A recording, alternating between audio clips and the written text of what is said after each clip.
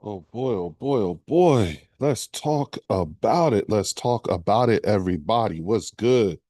What's good? I want to get some folk in here, let them get themselves settled in, and let's get to talking about this real quick. So first and foremost, what's happening, everybody? It's your boy Leo, and welcome back to the bird section. Oh, so it's week 3. You turn the page on the Kansas City Chiefs. The Eagles are 2-0. Kansas City Chiefs are 0-2. They have a whole nother set of issues that they got to deal with. Good luck to them. Maybe we'll see y'all in the Super Bowl. Maybe not. Anywho, now we have the Los Angeles Rams. Now, listen, y'all. You all already know. I'm a big believer in it takes 4, 5 games for you to figure out what kind of team you have, right? And I feel like this is going to be the Philadelphia Eagles' biggest test thus far, up to now. Okay. And the reason being is because I feel like the Los Angeles Rams, number one, they were the ones who gave us the biggest test during the playoffs last year. They came the closest to beating us. This year, going into week 3, they look more closer to mid-season form than we are. This is a team that will test our young defense and our secondary like no other team has as of right now. When you think about number one, Matthew Stafford, Super Bowl winning quarterback, playing for the Los Angeles Rams. Um, he has some crazy weapons. When you think about Devontae Adams and Puka Nakua, who I believe will definitely test our secondary, particularly the CB2 position, where we're seeing a combination of Adoree Jackson and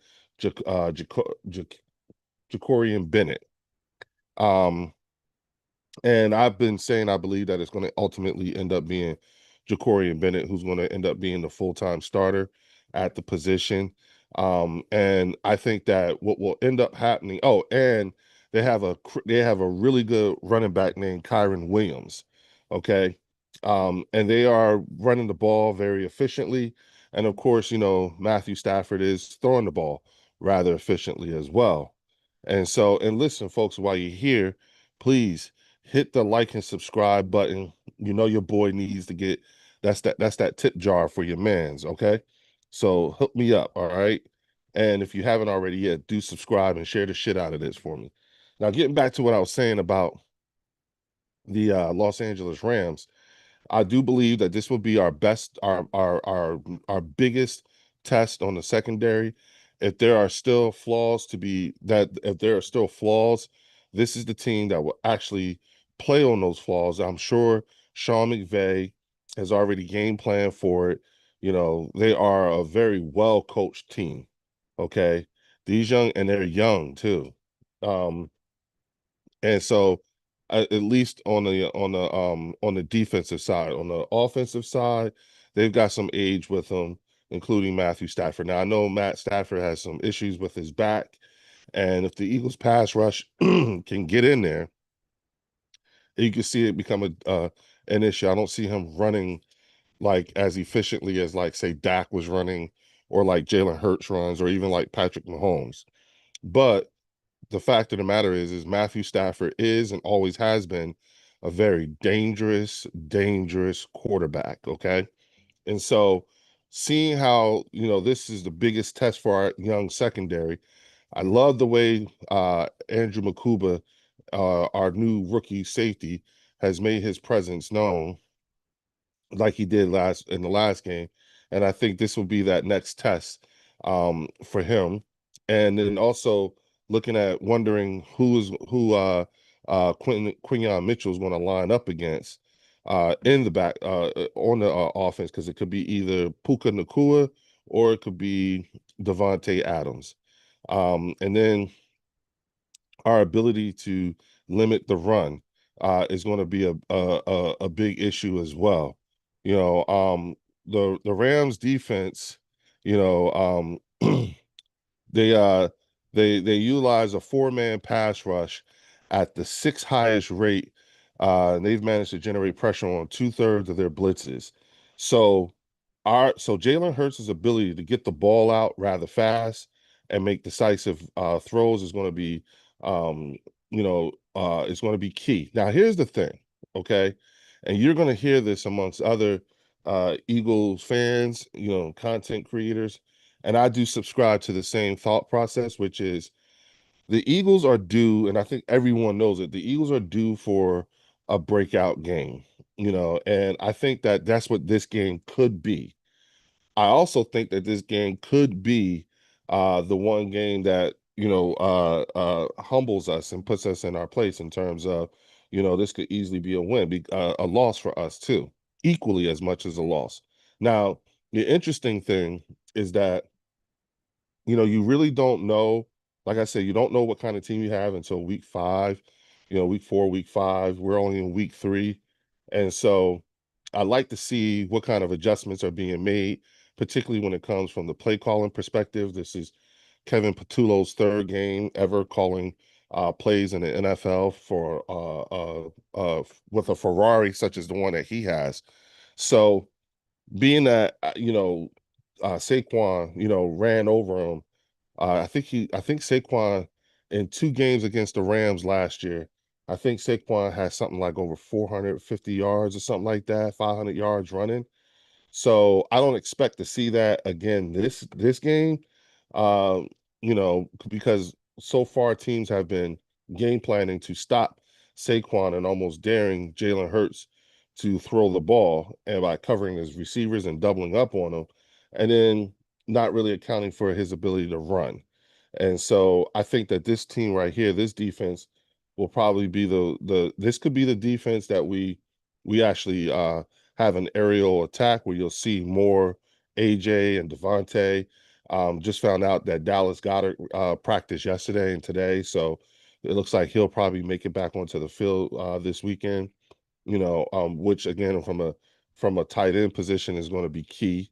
Because he could be the one to have the big game.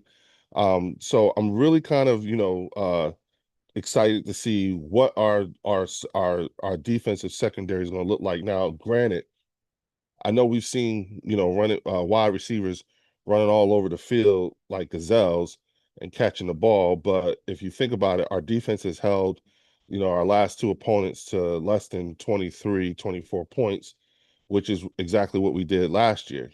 Now, again, this could be a offensive explosion for the Philadelphia Eagles, but it could also be an offensive explosion for the Los Angeles Rams, given that our secondary has been the biggest question mark, more so at cornerback 2 than less than at the safety position, because Andrew Mukuba and Reed Blankenship are doing a really good job. So I'm sort of kind of, watching this one with a lot more focused and intention, just listening for every little bit of detail. I expect to see a better offensively called game from Kevin Patullo. See how now that we've had a couple of teams show us how they're going to defend against us, because again, it's no big secret. You already know we're going to run the ball you know. And I would expect to even see a big game from either not just Saquon, but either AJ Dillon or Tank Bigsby. I think everybody's going to get a chance to touch the ball. Would love to see a lot more John Mechie and some Jahan Dotson, and then also seeing AJ get involved. But at the same time, I'm thinking that this is intentional in terms of the low amount of targets and reception and catches for AJ and Devontae. And I think the thought process might be we don't want to overload them in the beginning of the season because we want them to last as long as possible, particularly when it comes to the end of the season, when we get to the middle to the latter half. Little G Griffin, what's good? My aunt birthday is on September 21st. Happy birthday to Auntie, Little G Griffith. You know, and so I think that you'll be able to see a lot more, this will be the big test. This is the one I'm looking for. I'm a big fan of Eagles season, better Eagles kick Rams, but hey, I would love that. I would love for that, nothing more than for that to be the case, little G Griffith. But again, I'm taking this, I'm approaching this with cautious optimism, because again, I'm looking to see how our secondary responds to this particular offense. And then at the same time, the other part that's going to be important too is seeing our linebacker group. How are they going to hold up against the run, particularly when it comes to Kyron Williams, and seeing how, our ability to limit their ability to have big plays and run, chunks at runs and stuff like that. So these things are all going to be what's on my mind or in my purview as I look at, this team, So what up, Leo? Leo, what up, Logan? I'm good, champ. Just talking about the Rams and what I think I'm approaching this game with a certain level of cautious optimism. I do think that this will be our biggest test defensively, for our secondary, and our linebacking core. Our ability to either stop the run and to hold or to give the wide receivers Puka Nakua and Devontae Adams enough of a clamp that it give the pass rush a chance to get in there and get a less than mobile Matthew Stafford than in comparison to uh Dak and Patrick Mahomes. I know that he's been having back issues and stuff like that, but he's an older statesman, so I get it. I hate Rams after they call the league office for the tush push. That's another thing too. I think we're probably going to see a lot of the tush push because of that. You know how petty our coach can be, so just tush push it all the way, and you know what? And let me talk about that for a hot second, because I hear so many people, so many Kansas City Chiefs fans and fans across the NFL, when they talk about the tush push, it's got to go. This is the last year. I get it. I get how you guys feel about it. Okay, I get it. I hear it. But let me tell you what else I hear. When I hear another fan base or another team talk about the tush push, it's the manner in which you talk about it that I draw issue with, because you all sound like we're cheating. Okay. You make it sound like we're doing something that no one else can. Like we've figured out some sort of a cheat code that no one else can actually use. And my thing is that if you don't like the tush push, fine, but you can do it. You're allowed.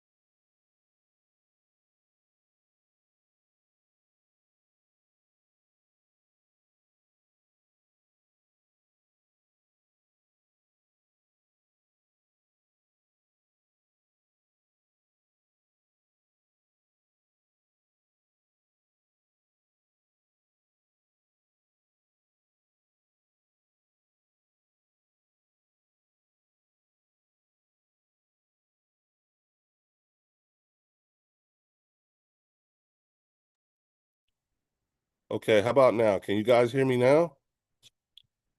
Give me a thumbs up if you can hear me now. Logan, let me know. Can you hear me? Hit the still no? Okay. 1 second. Logan, can you hear me? No, you still can't hear me. Okay, you hear me now, Logan. Okay. Anwar Jabbar, you got me too. Okay, good. All right. I don't know what's going on with my mic, y'all. So I so apologize for that. I didn't realize I was still going. All right. Okay, good. All right. Thank you, my MIA Philly. I appreciate you. Thank you, y'all. Sorry about that. I still don't know what's going on. But I will figure that out. And I really, really apologize. And while you're here, hook your boy up, hit that like button for me, all right? Now, going back to what I was saying, I think that, when I hear people or other fan bases talk about the tush push and everything like that, it's just the manner in which y'all talk about it. Y'all make it sound like the Philadelphia Eagles are doing are cheating. And that part really gets under my skin because again, they're not doing a play that you can't that other teams themselves can't do either. And so, with that being said, I just think that, if you don't like it, if it's such an unstoppable play, then why not learn to run it yourselves? If someone has shown me an unstoppable play and I'm allowed to use that same unstoppable play, oh, I'm going to use that unstoppable play. I'm going to try to figure that play out. Okay. And I get it that there are some teams who just don't run it as good as the Philadelphia Eagles. And if that's the problem, then there you go. Rick says, "Go Birds! Let's work. Defense will carry us most ways." Yeah, Rick, but I think this is the game. This is the game right here. This game would be the biggest test thus far when it comes to our defense and what we can do. And I mean, especially against Matthew Stafford likes to get the ball out real quick. Other teams or the team should stop it and not ban it. Yeah, you know what? That's the problem. You know, they've cried so much about banning it that no one's actually really given it a thought to actually trying it themselves or even trying to stop it, because they can't. We just happen to run it better than everybody else in the league. That's all. But it's not like everybody else in the league is not allowed to try a version or their own version of the tush push. And let's get this straight. The tush push was in fact invented by Nick Sirianni, not the QB sneak, just the tush push. The tush push is his version is his version of what the QB sneak is, but with Nick Sirianni's hot sauce all over it. Okay, so that's what that is. All right, now you guys can try it. There's enough film out there where you can see what we're doing and then do it yourself. When they do ban it, it's only going to level up our legend status. You know what? Candy McDaniel, listen, you know what? I thought the same thing. I was like, I don't even think these people realize what you're ultimately doing, like what the collateral is on crying and bitching about the tush push. Because if they do ban it, history is going to show that the league got upset that the Eagles were running a play that none of them could stop. And because they ran, and even though they could run the same play, and they're allowed to run the same play, rather than try to do that, they just bitch and moan at the league and told them to ban a play because the Eagles run the play better than everybody else. Man, do you realize what kind of receipt that is? I don't think they realize the receipt that is. Okay, they really don't. You know, and all that talk and it's bitch assness. That's really what it is. Teams are showing us bitch assness when it comes to the tush push. Oh, no, it's impossible. No one can stop it. Okay, okay, whatever. You know. So and Sean McVay, like that. I lose a little something for him on that one because I think he's a really good coach, especially being as young as he is. But the fact that he was one of the biggest opponents of the tush push, you know, you suck, dude. You know what I'm saying? Yeah, yes, Candy, yes, yes. That's exactly what they are. You know what I'm saying? Pussies. So I just feel like at this point, let's just, you know what, if this is the last year of the tush push, then I say ride it till the wheels fall off. You know what I'm saying? And let's ride the tush push all the way into another Super Bowl. How about them? How about them apples? Okay, so again, folks, and I appreciate y'all being here, and I apologize for the sound. I will try to figure that out.